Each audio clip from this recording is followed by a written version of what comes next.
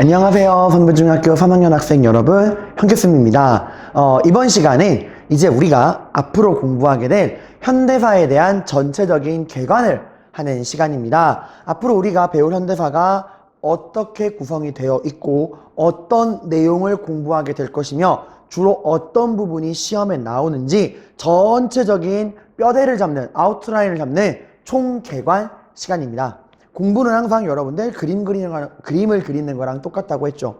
우리가 그림 그릴 때 처음부터 물감으로 색깔을 칠하나요? 아니죠. 제일 먼저 뭐 합니까? 네, 머릿속으로 내가 어떤 거를 그릴 것인가 하는 내가 그릴 대상에 대한 전체적인 뼈대를 한번 머릿속으로 잡아보죠. 그죠? 그런 다음에 대략적인 그 스케치를 하고, 그런 다음에 밑그림이 다 그려진 다음에 세부적인 내용을 색칠하잖아요. 그죠? 공부도 마찬가지거든요.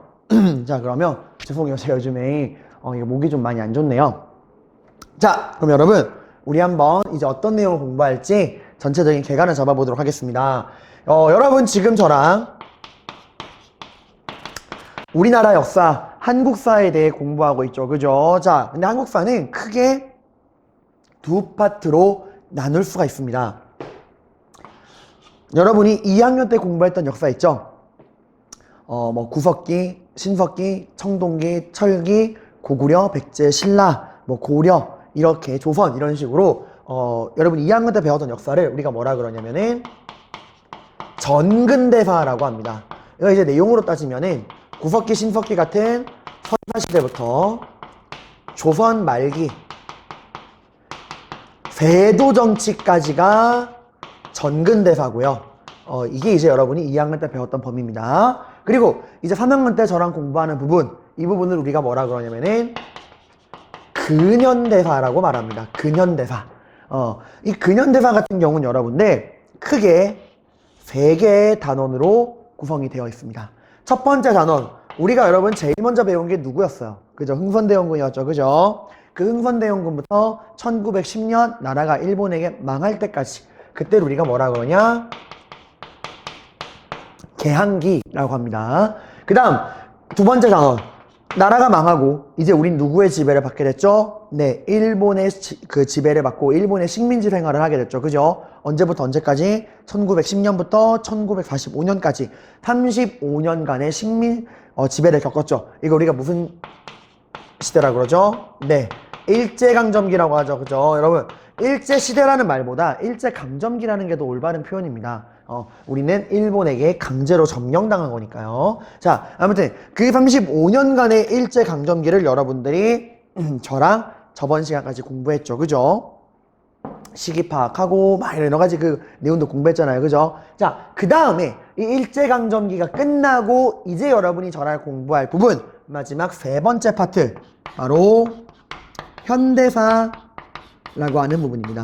자, 근데 이 현대사라고 하면 여러분이 되게 좀 잘못된 관념을 가지고 있는 게요. 쌤, 현대사는 시험에 안 나오잖아요 라고 생각하시는데 아니에요. 근현대사 이 3개 단원의 출제 비중이 동등하고요. 최근 들어서는 현대사의 출제 비중이 나날이 오히려 높아져 가고 있는 부분입니다. 오히려 이 현대사가 나머지 단원보다도 많은 출제 비중을 보여주고 있어요. 여러분이 안 나오는데 생각하는 현대사는 이런 거야. 이명박, 박근혜, 문재인 이런 식으로 진짜 요 근래 이야기 있죠. 이건 역사라기보다는 정치거든. 그런 최근의 일은 안 나오지만 적어도 시험 범위에 어디까지 포함되냐? 돌아가신 김대중 전 대통령까지는 현대사 시험 출제에 포함이 됩니다. 그러니까 범위가 꽤 있는 거예요. 자, 그럼 앞으로 여러분이 저랑 공부할 이 현대사 어떤 식으로 내용이 구성되고 우리 어떤 식으로 공부할 거냐 좀 본다면, 일단 현대사는 크게 4개의 파트로 구성이 됩니다. 자, 어떻게 나눌 수가 있느냐? 제일 처음 우리가 공부할 거는 바로 해방 3년사라고 하는 부분이에요. 자, 해방 3년사, 이게 무슨 말이 있냐면 우리가 1945년 8월 15일 날 꿈에도 그리던 광복, 해방을 맞이합니다. 그런데 우리 역사가 만약에 동화였다면 그리하여 주인공 일행은 일본을 물리치고 행복하게 잘 먹고 잘 살았답니다 로 끝났겠지만 우리 역사는 동화가 아니었어요. 동화로 친다면 정말 끔찍한 잔혹 동화입니다. 광복하고 여러분 정확히 3년 뒤에 1948년 8월 15일을 기점으로 이 나라가 어떻게 될까요? 분단됩니다. 38선을 기준으로 남북으로 분단됐어요. 이게 무슨 말도 안 되는 결말이죠? 여러분, 우리가 분단되기 위해 그 힘든 시간을 겪었나요? 우리가 35년 동안 일본 밑에서 그렇게 힘들게 독립운동해와서 바랬던 결말이 분단인가요? 이건 아니란 말이죠, 여러분들. 그래서 우리가 생각해야 되는 거야. 아니, 왜 광복되고 나서, 해방되고 나서 3년 동안 무슨 일이 있었길래 이 나라가 분단된 거지? 그래서 여러분이 이 부분에 관한 정확한 역사 인식을 하기를 평가원은 원합니다. 해방 3년사에서는 이 두 가지에 초점을 맞추셔야 돼요. 첫 번째, 해방 이후에 우리는 통일을 위해 노력하지 않았느냐? 아니에요. 우리나라 사람들 정말 통일된 나라를 만들기 위한 노력을 합니다. 그러니까 우리가 해방 이후에 3년 동안 통일된 나라를 만들기 위해 어떤 노력을 했느냐, 이걸 보셔야 되고요. 근데 그런 노력에도 불구하고 왜 분단이 되었느냐라고 하는 분단된 이유까지 이렇게 두 가지 관점으로 비교해서 이 3년의 스토리를 꼼꼼하게 살펴보셔야 됩니다. 가장 짧은 범위 내에서 시험 문제가 가장 많이 나오는 건 여기예요. 반드시 여기서 한 문제 이상 나온다 보시면 돼요. 굉장히 시간의 순서에 따라서 이러한 관점에 맞추어서 꼼꼼하게 공부하셔야 됩니다. 자, 근데 그 다음에 그러면 이렇게 분단되고 나서 각각 손절하고 각자 마이웨이 가고 따로따로 살았나요? 아니죠. 더 끔찍한 결말이 기다리고 있습니다. 갈라선 것도 모자라서 싸웠어요. 동족상잔의 비극. 6.25 전쟁. 1950년 6월 25일 날 시작된 이 전쟁은 무려 3년 동안 지속이 됩니다. 6.25 전쟁은 크게 전쟁이 일어나게 된 배경, 전쟁의 진행 과정, 전쟁의 결과, 이렇게 세 부분으로 나누어서 보셔야 되는데, 이 중에서 시험에 가장 잘 나오는 건 전쟁 과정이에요.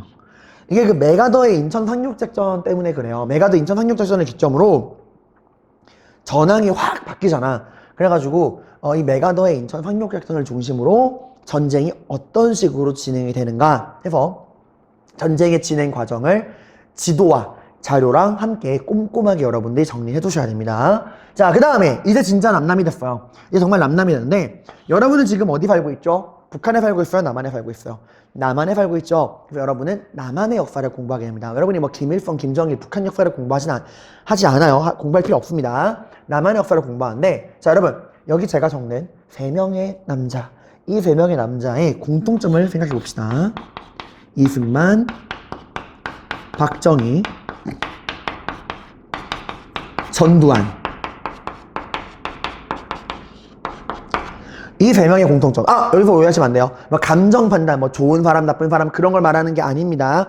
팩트적으로, 역사의 내용적인 측면에서 3사람의 공통점이 무엇일까요? 네, 장기 집권, 독재를 했다는 겁니다. 그래서 여러분들, 이 이승만, 박정희, 전두환 정권이 현대사에서 굉장히 그 범위도 길고 많이 나오는데, 이 이승만, 박정희, 전두환 정권을 공부할 때는 일단 여러분들 정치적으로는 뭘 생각하셔야 되냐? 이 사람들이 독재를 했거든요, 여러분들. 근데 이 사람들이 독재를 하는 과정에서 법을 어겼을까요? 아니에요, 여러분들.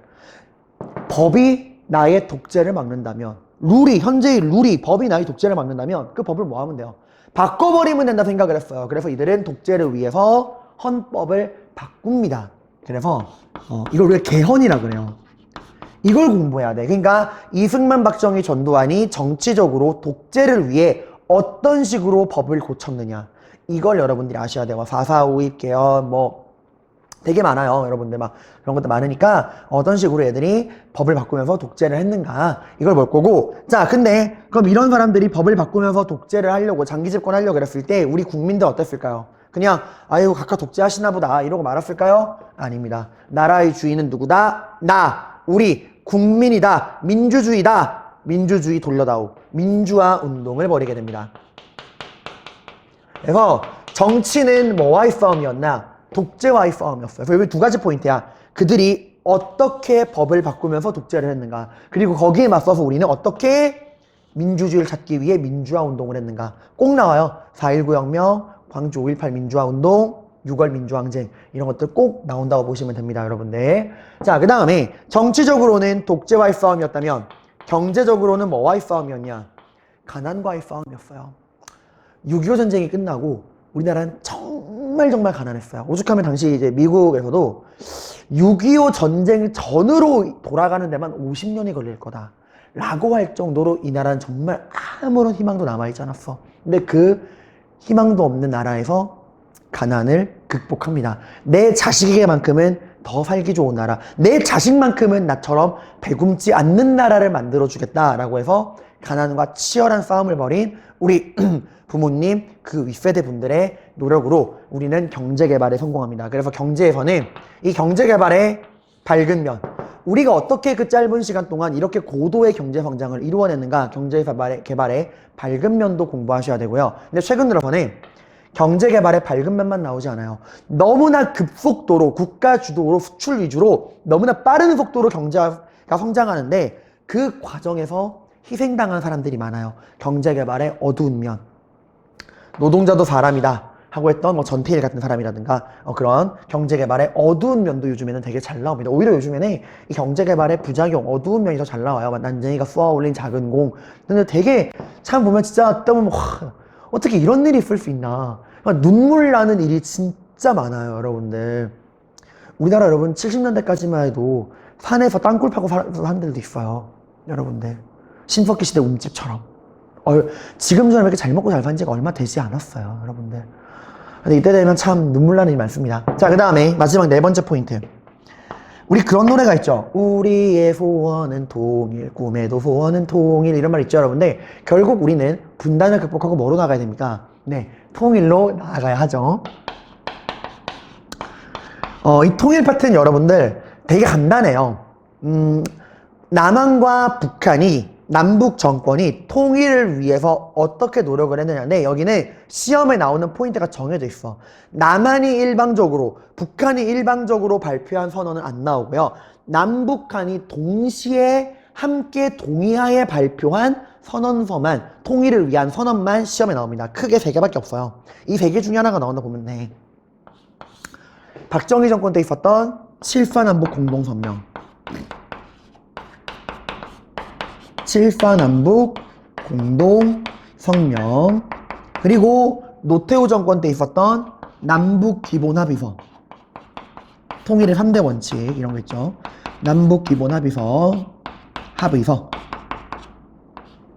그 다음에 김대중 대통령 때 있었던 6.15 남북 공동선언. 이것 덕분에 이제 김대중 전 대통령이 노벨 평화상을 받았죠. 남북 간의 그 국가 원수가 만난 건 처음이잖아. 남한의 김대중, 북한의 김정일이 함께 만났거든요. 근데 이렇게 말하는 친구도 있어요. 쌤! 근데 얼마 전에 문재인 대통령이랑 김정은이랑 판문점 만났잖아요. 네, 그것도 맞아요. 근데 그거는 너무 최근의 일이라 이렇게 시험에 나오지 않습니다. 아마 한 50년쯤 지나면 우리 후손들은 이 문재인 대통령과 김정은이 만난 그걸 이제 교과서에 나오고 시험에도 나오겠죠. 중요한 사건으로. 그러니까 우리가 지금 살아가고 있는 게 어느 날 가면 역사가 되는 거예요. 자, 아무튼 여러분들 이렇게 우리가 앞으로 이런 식으로 공부하게 될 거라는 거 봤죠? 우린 지금 이제 마지막 파트인 현대사로 왔고, 현대사는 이렇게 해방 3년사, 통일을 위한 노력과 그럼에도 불구하고 분단된 이유, 그 다음에 6.25 전쟁의 배경 과정 결과, 이승만 박정희 전두환으로 대표되는 이 현대 정권, 그건 특히 정치와 경제를 나눠봐야 됩니다. 정치는 그들이 어떻게 법을 바꾸면서 독재를 했는가, 그리고 우리는 거기에 맞서서 어떻게 민주화 운동을 했는가. 이 민주화 운동은 크게 3개예요. 4.19 혁명, 광주 5.18 민주화항쟁, 6월 민주항쟁. 이 3개 중에 하나는 꼭 나온다 보시면 됩니다. 그리고 경제는 가난과의 싸움에서 우리가 어떻게 승리해서 경제개발을 했느냐, 그 속에서 희생당한 사람들 절대 잊으시면 안 됩니다. 여러분들, 빛이 있으면 그림자가 있는 법이에요. 빛이 크면 클수록 그림자도 큽니다. 자, 그 다음에 통일을 위한 노력, 남북한이 함께 동의한 선언서, 7.4남북 공동성명, 남북기본합의서, 6.15 남북공동선언, 이런 식으로 단원이 구성되어 있고 이런 식으로 공부할 거고, 시험도 이런 틀에 맞추어서 출제되게 될 겁니다. 자, 그럼 우리 이제 앞으로 이런 틀에 맞추어서 신나게 마지막까지 현대사 수업 해보도록 할게요. 고생 많으셨습니다.